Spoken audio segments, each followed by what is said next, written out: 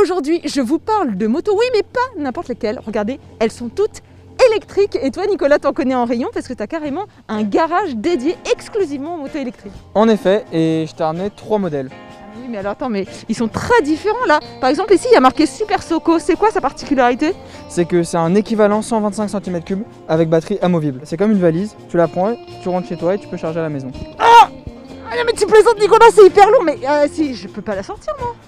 Bah ça pèse une vingtaine de kilos. Ah oui non mais quand même, dis donc il faut l'avoir bien chargée. Pendant combien de temps faut la charger pour que tu fasses combien de kilomètres? Maintenant, avec une charge en 3h30, on peut faire 90 km. D'accord, donc moi je pense que si j'avais cette moto, je ferais que 90 km, après c'est fini. Non mais rien, voyons, faut mettre un peu de bonne volonté. Trop facile évidemment. Non mais il fait plein de musculation lui aussi. Ah et tiens, et cette moto là on dirait une motocross. Ouais, c'est une motocross électrique sans permis, équivalent 50 cm3. Ça veut dire que tes motos électriques, il n'y a pas besoin de permis pour les conduire. Pour celle-là, non, mais pour le reste, il faut soit un permis moto 125 cm3, ou sinon le permis voiture plus une formation de 7 heures. Ah ça veut dire qu'elles sont plus grosses, donc permis obligatoire. Exactement. Ah et puis là encore une Super Soco, mais cette fois-ci ça ressemble carrément à un scooter là. Ouais, c'est un scooter 125 cm3 une fois de plus, mais là avec grande autonomie parce que 2 batteries. Donc c'est 2 fois plus lourd à porter. Eh bien oui, 2 fois plus de sport. Pour toutes ces motos, il y a un gros avantage et je crois qu'il est financier. Exactement, toutes les motos que tu vois ici, elles coûtent moins de 5 000 € de base. Et en plus, il y a des bonus écologiques qui peuvent monter jusqu'à 2 400 €. C'est du moins 50%. Sur l'électrique, pour faire 100 km, ça tourne aux alentours de 30 centimes. Alors que sur du thermique, ça peut aller jusqu'à 4 €. Et la vitesse alors, j'imagine que ça va quand même moins vite qu'une moto thermique, non? Et bah détrompe-toi Ariane, ça va tout aussi vite qu'une moto thermique parce que les équivalents 125 vont jusqu'à 100-110 km/h sans problème. Mais ça veut dire que tu vas sur l'autoroute avec sans problème aussi? Ouais, tout à fait. Enfin quand même pas avec la motocross. Non, la motocross c'est un équivalent 50, du coup c'est bridé à 50 km/h. Mais dis-moi Nicolas, quand je regarde les roues de tes motos, elles me paraissent bien petites comparées aux roues d'une moto thermique. Du coup ça me paraît moins sécure. Par exemple s'il pleut, je vais glisser plus facilement, non? Bah figure-toi Ariane que les véhicules électriques sont généralement plus légers, donc plus stables. Par exemple la 125 derrière toi elle pèse 78 kg à la place de 100-110 pour une moto thermique. Mais le mieux c'est quand même que tu essayes. Ah ouais non mais attends c'est nul, je peux pas faire. Ah non, ça avance. Oh non zut. Bon allez, roulez jeunesse. Wow, ça décolle. Sensation très agréable, très léger, très fluide. Au niveau de l'amorti, pas mal du tout aussi, hein. Franchement je sens à peine le relief du sol. C'est extrêmement stable, hein. J'avance à même pas 5 km/h et je tiens, je ne tombe pas.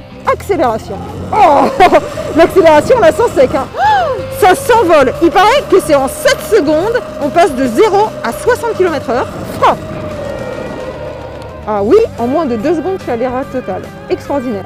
Et on incline à peine le corps, ça fait des belles courbes, hein. On fait corps avec sa moto.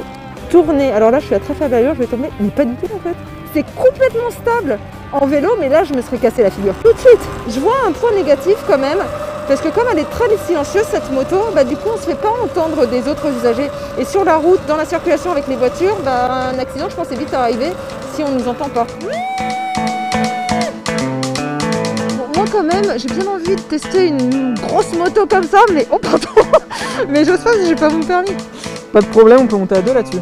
Ah mais on peut monter à 2, mais c'est génial. Hop là. Allez vas-y. Allez Nicolas, mets les gaz. Aucun problème. Celle-là elle monte jusqu'à 100 km/h. Là je sens le vent, ça me fait faire des petites larmes au bord de mes yeux. Mais c'est hyper froid du coup, là je serais gelée en 10 minutes. Ah, le deux roues en hiver c'est pas toujours un plaisir. Hein.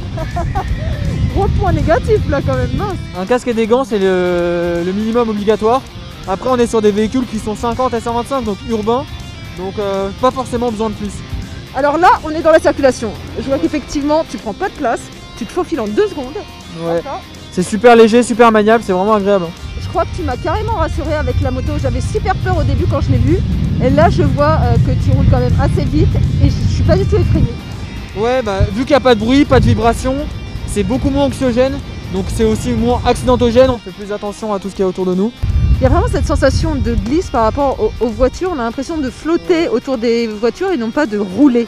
Ouais, il y a un aspect tapis volant qui est vraiment pas peu anxiogène, ça qui est cool. Carrément. Si vous êtes convaincu comme moi par la moto électrique, sachez, bonne nouvelle, qu'il existe plusieurs dizaines de modèles différents pour tous les goûts, pour toutes les bourses. Alors en attendant de faire votre choix, moi je me fais plaisir et je m'en vais au travail en moto électrique. Allez, rien, je te ramène.